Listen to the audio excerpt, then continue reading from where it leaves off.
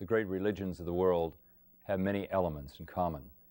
And certainly one of those is compassion for people who have gone through tragedy. Today on Austin Faith Dialogue, we're going to talk about the compassion that is a part of the Austin community for a little nation in Central America. Stay with us on Austin Faith Dialogue. Austin Faith Dialogue, at the crossroads of religion and life. A series highlighting the cultural and social interactions between the worshiping and religious communities in and around the capital city. Austin Faith Dialogue is brought to you by the Austin Metropolitan Ministries in cooperation with KXAN. Join us now in Austin Faith Dialogue.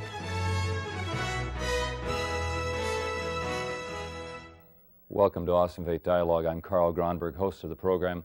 And I mentioned to you at the top of the program that we're going to talk about compassion for a little nation in Central America and how we might, and your faith communities, might respond to the needs of those people. They're an amazing people. I personally know them, many of them, and they are people of great humor and laughter and kindness and gentleness. But they've gone through excruciating tragedies in their lives. They had a civil war. They estimate took 75,000 people. And then last month, in January of the year 2001, they had an earthquake. Not just one earthquake. It was followed by another earthquake and another earthquake. And then people began to respond. Around the world, and particularly here in the United States and in Austin, people began to respond to the plight of El Salvador. I'd like you to meet some of the people who are going to talk with us about it on Austin Faith Dialogue. Miguel Rodriguez is with us, and he's a native of El Salvador. And Miguel, welcome to Austin Faith Dialogue. Thank you. Gwen Sullivan, a board member for AFSC, American Friends Service Committee. Gwen, welcome. Glad to have you here. Thanks for your time. And Reverend Bob Hofferkamp is a Lutheran clergy who spent much of his time in his calling in Central America and knows some of the people of El Salvador and is now seeking ways to assist and help those people. Dr. Hofferkamp, welcome to Austin Faith Dialogue. Thanks. Miguel, El Salvador, beautiful people, beautiful country, small, about the size, maybe a little smaller than Massachusetts and Maryland, some of those small East Coast states. Tell us a little bit about El Salvador. Yes, El Salvador is about the size of Massachusetts with over 5 million people population, and sadly we have these earthquakes happening. There was one in 1986, and now we have this other one, in January 13 this year, and after that on February 13, and also last Saturday, a smaller one. But also, sadly, we are passing through all of this, and we appreciate that the help that the people in Austin, in the faith community, is given to El Salvador. Tell me, you're a native of El Salvador. What's it like in El Salvador? What's the country like? Well, El Salvador is very small, as you hear. That is the size of Massachusetts, but it's very blessed. We have a lot of mountains, also because we have a lot of volcanoes all over, and which we have a coastline on the Pacific, and we have borders with Honduras, Guatemala, and Nicaragua. And Gwen, you lived for a while in Central America, is that right? Yes, I lived in Nicaragua for 15 years. What were you doing there? I worked as a journalist, and I also worked in industry. I did shop floor research in the metalworking industry. The people of Central America, how would you describe them? I guess hardworking and joyful, very joyful. Joyful. Yeah, that's one of the things I've heard about. And the people I know from El Salvador are sweet, joyful, gentle people. Yet poverty certainly is a part of their life experience. And then, Miguel, there was the years of the Civil War.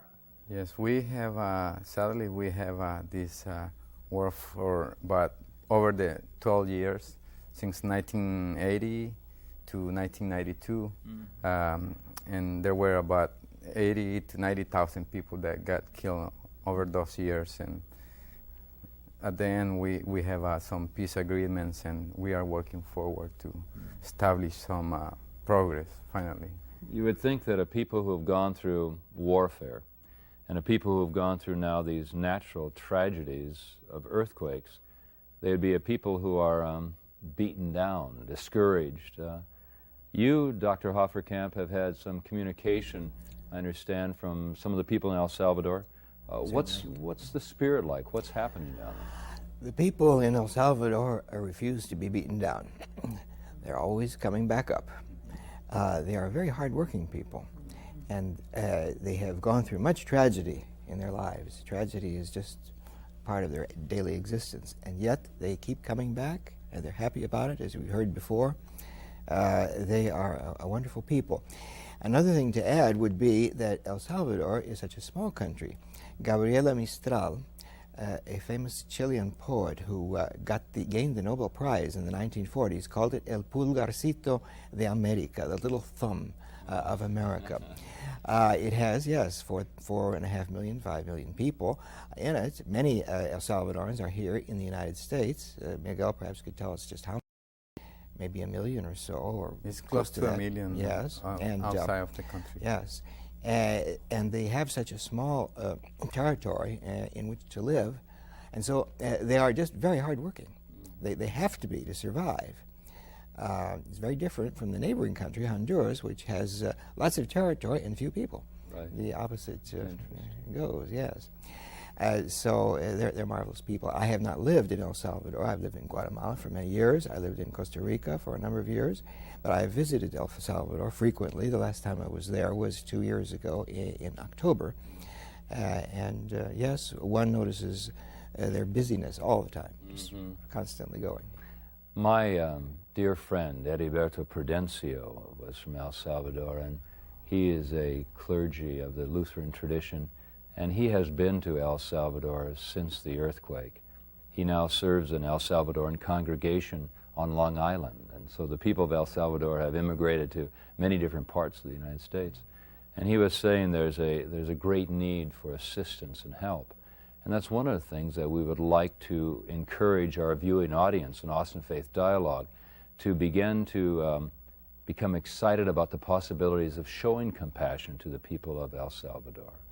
Gwen, what is it that your group, American Friends Service Committee, the Quakers, what have they been doing in El Salvador?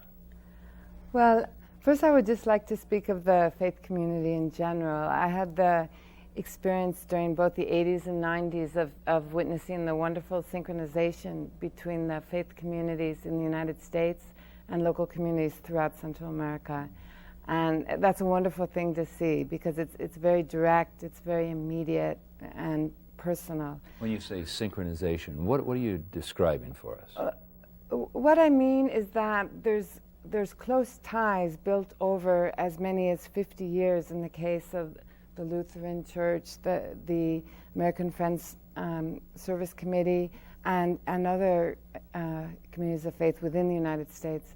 There's close ties that have been built over these many years, and that both respect and contribute to the tremendous resources of communities within El Salvador or within Nicaragua, Guatemala. You said a key word, I think, Gwen, and maybe also Dr. Hofferkamp and Miguel, you can respond to what Gwen was saying, that if you're going to go in and show compassion and help for a people like the people of El Salvador as just one example, but other places around the world, there has to be a respect for them and for their culture. When you talk about respect, what does that mean for people who want to do good? There are many people in the United States who want to show concern, but how do we also show respect for their culture? Well, I think it's based on a respect for the knowledge and resources that a community has built up over several years. Most communities have a long history of efforts of overcoming many different types of natural disasters, but also different types of daily challenges, and they've developed incredible resources. And what I liked about the relationship between the communities of faith within the U.S. and communities within Central America is there was that mutual knowledge about each other and respect. And that would make me feel good, or it does make me feel good when I contribute to a relief program through a church or through an organization like AFSC, because I know that it is not only going to reach the community, but that it's going to build upon what's already there, what the community itself is already doing. That seems so crucial to me, Dr. Hofferkamp, to respect those people, not trying to make them, clone them into being citizens of this country or be like us, but rather to be, yeah, to be. One goes into the country, one lives with them. I think that's very important. And one talks their language, of course, which takes a little effort. And so on. But even if one doesn't speak their language, one can be very sympathetic, and one can show respect. Miguel, you were born in El Salvador. How many years did you live there before you came to the United States? Well, I had lived in El Salvador for about 25 years, and I have been going out and in and out, living in Guatemala, in Mexico. And since 1990, I'm living in the U.S. But I had gone back to El Salvador, so I have lived about 25 years in El Salvador. When you hear Gwen and Pastor Hofferkamp talk about respect for the culture, what do you hear them saying? Well, what I understand for the help that someone come to offer is more when is more to facilitate, to see and to respect the dignity of the people and the values of each of them, and in the order of helping in their development is just facilitating for them, not to come to do for them what they should be doing, but just doing giving them the tools and empowerment so they can get better off. And that's what I believe is respect, when someone come and just facilitate for them to develop themselves. To learn of their history, of their religious expressions, and of their dreams and aspirations, what their hopes are. If you were going to describe your people of El Salvador, we heard Gwen and Dr. Hofferkamp do it, what would you say about the people of El Salvador? What is it that you think is very special about your people? Well, we are very hard-working people. We always try to come up with something good, even if it's in despair. Like in these situations, we always try to get the best of the worst. If there is something that is bad happening, we always try to, come up with. There is some glow between ourselves. And you know what I think you're doing? All three of you said they're hardworking people. And I guess that's going to really resonate with these people watching the program, because we want to help people who are hardworking people. And it seems to me that that's what you're all identifying with. But they must love music. They must love colors. They must love life. Yes, we have a lot of music in our country, but sadly there was a massacre in 1932, and the indigenous people are not quite visible, and that's something that we kind of miss in El Salvador, and hopefully after this the war is gone, we can start recuperating some of that, and that will be very beautiful to see part of the culture being reclaimed, and that's something that we need to do also. But we're working forward there. Hey, thank you. Boy, these are good people, and I hope that you're sensing the spirit that's a part of their lives and what they're inviting all of us within the Austin community to do, to identify, to support, and encourage these people of El Salvador. Stay with us as we delineate some programs and opportunities for you to be a part of, to support the good people of El Salvador.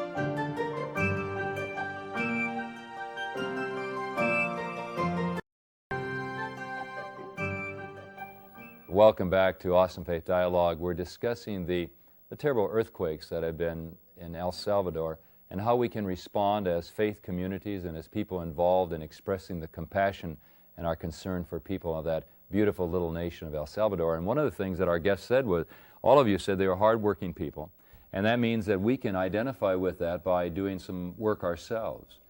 Miguel, there's a group that are going to be coming through Austin. They're starting, I believe, in Wisconsin. Is that correct? Yes. Tell us a little bit about that group.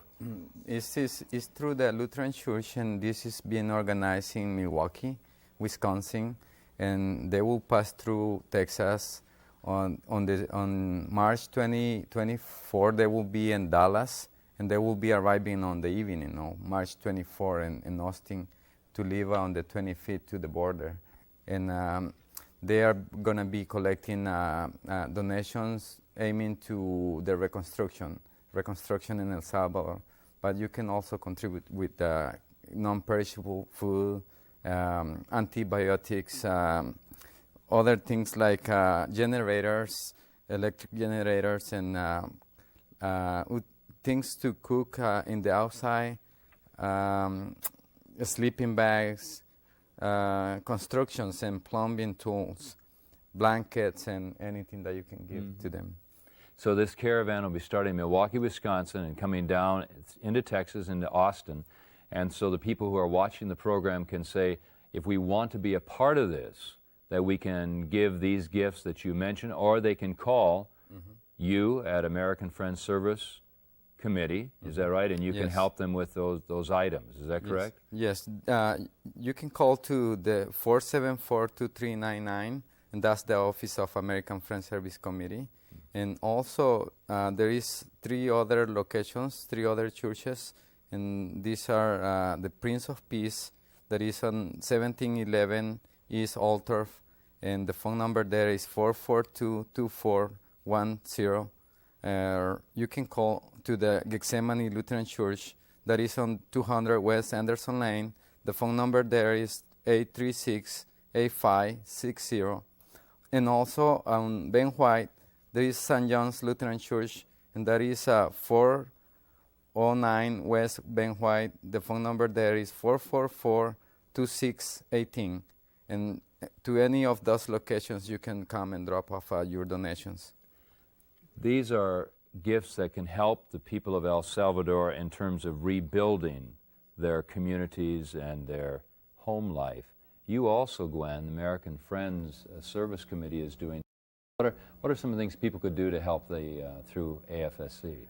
Right. Well, AFSC works very closely with partner organizations within El Salvador.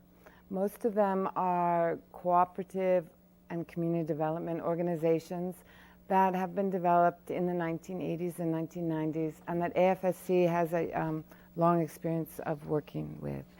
And most recently, AFSC worked with some of the organizations or partner organizations in Central America during Hurricane Mitch.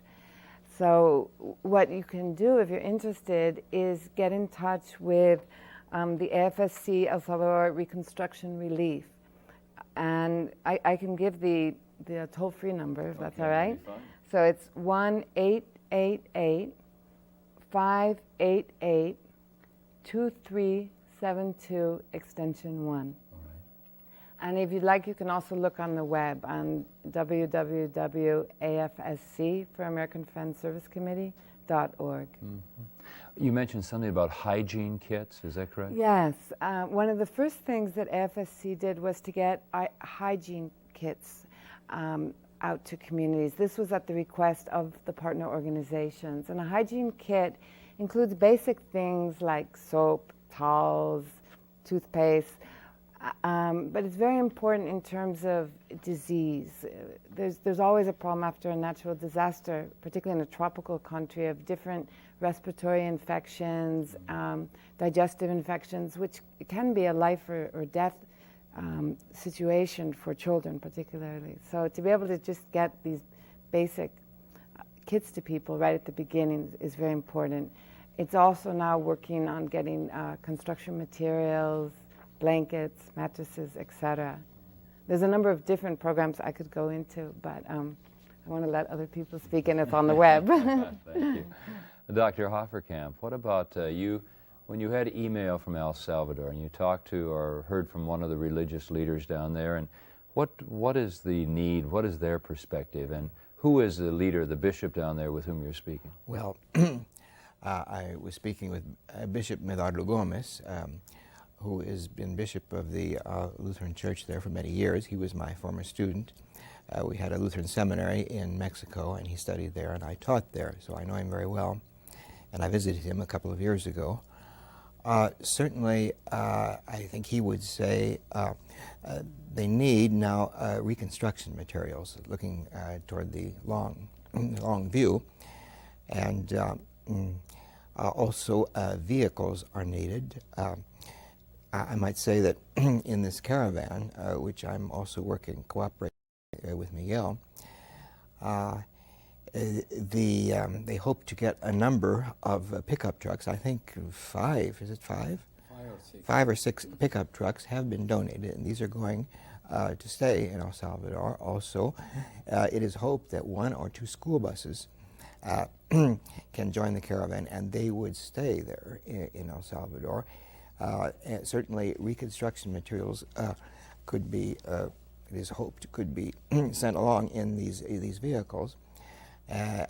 So this is the type of thing that we are working with. Also, some of the people, of course, the people who drive down and who leave the vehicles there will need funds to fly back, and also money will be needed for their trip, for their food, lodging, and so forth. So it's quite a task to organize all of this. And I might say that another former student of mine, Reverend Walter Baires, who is Salvadoran also, and he lives now in Dubuque, Iowa, he is organizing the whole thing, and we have a direct pipeline, Miguel and I, to him, and he tells us about the caravan and so forth.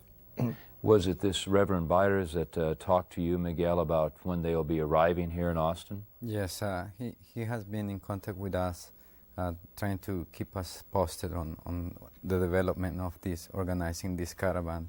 And they have already set the dates where they're going to get into Austin, which is March 24, to leave the next day to the border. And we are definitely looking for donations to help to pay the expenses of the trip. And for that, we have organizing some things. And also, it's good to mention that the Lutheran Church in St. John's is organizing how can I say, they are cooking something and selling some plates of food. St. John's Congregation. St. John's Congregations. And that is 409 West Ben White. And the phone number there is 444-2618. And you can call to get some more information. And by coming and having a plate of food, you can, $5, you can contribute to these efforts. Sounds good. Mm-hmm. Gwen, all of these efforts have to be find their genesis, their origin in in a spirit of compassion, as we mentioned at the beginning of the program. Your organization, the Quakers, attracted you. You were not raised in the Quakers, no. Is that right? Mm-hmm. What is it about that organization? Because we do respect all the things they do in the area of peace and justice. What is it that is unique or special about your faith community? Well, I wouldn't want to say it's unique, because I think every faith basically approaches some of the same ideas, spirit or presence. But in my case, just the idea of that of God within each person. And if you just respect and appreciate and enjoy the worth of each person, then I think that just guides you in a kind of an easy way through life. And in my particular case, I lived through the Nicaraguan War and lost some friends that were close to me. And I also studied with people from around the world, many of whom had lived through war situations. So I felt very strongly that I wanted to take a stand against war, and whatever that means and however I can work that out. And you are a member of the Friends Meeting? Yes. Mm-hmm. And that congregation? I'm an attender. Mm-hmm. Uh-huh. Yes. And you find that in that reflection that is a part of their spirituality, that it has made you become more aware of of the God within Miguel and the God within Well, all that's these people. easy to see the God within Miguel. And why do you say that's easy? What is it about Miguel that we've got him right here? And that You want me to reflects- embarrass him on air? Yeah, we want to do that. That reflects the God in our world. Well, Miguel's, if you don't mind me saying so, he is very connected with other people, both within his country and now within the United States, and also with history. If you speak with Miguel, he'll start telling you about history going back as far as the Bible. He always surprises me with his sense of history and a sense of connectedness to what's come before him. And with other people. Yeah. Miguel, if you were going to say, and here you have the opportunity in Austin Faith Dialogue, to say to the Austin community why they should respond to the invitation to help the people of El Salvador, what would you say to them? Because there is a great need, and we should show some solidarity in these moments of suffering and distress. And this is a great country, and we have a lot to give, and that's good enough, I think, to help others that are in the necessity at this moment. You have lived in El Salvador for many years, and now you've been in the United States. Do you think the people will respond? I definitely do. I know, because some already are doing that, and I know that more people are willing to come forward and keep helping. And I will say that this is something that will continue to be this necessity towards these next few months in order to reconstruct. And we always expecting probably another earthquake. We don't know exactly what's going to happen, and I hope not, but we need the earth to stop shaking in El Salvador. We need the earth to be solid and stable in El Salvador. Yeah, because the people seem so solid and stable in the way they live life. Dr. Offerkamp, what about you? Why would you want to support the people of El Salvador? It comes out of your faith? Certainly it does, oh yes. Certainly I would say that. We want to help the suffering, and we want to help, there's a lot of suffering in the world, but we realize that there in Central America there is this country. And I would also add the following reason. The United States was involved in that civil war down there, and I think, I will say here, I think involved in the wrong way. Right. And I think that we need to help make up for that. Respond to Yes, their needs. I think so. And we invite you to respond through your faith communities to the people of El Salvador. Thank you for being with us on Austin Faith Dialogue.